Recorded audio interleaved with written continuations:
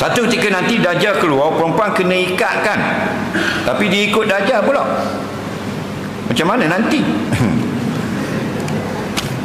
Bukan ikat, ambil tangan ikat gitu.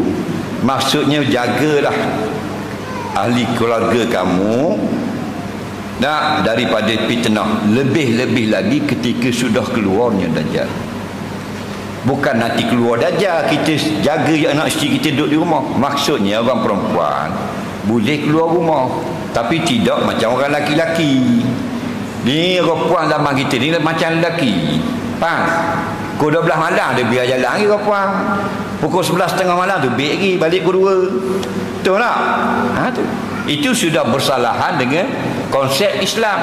Islam mengajar lain. Wa qarna fi buyutikunna. Allah kata hendaklah kaum perempuan itu lebih banyak duduk di dalam rumah dengan penuh kemuliaan. Keluar ketika hajat. Nak pergi makan apa lah. Ni macam orang perempuan sekarang dah macam laki-laki. Bebas ke sana kemari pukul berapa pun. Betul tak? Jadi sekarang pun sudah terkena fitnah. Apatah lagi di zaman Dajjal.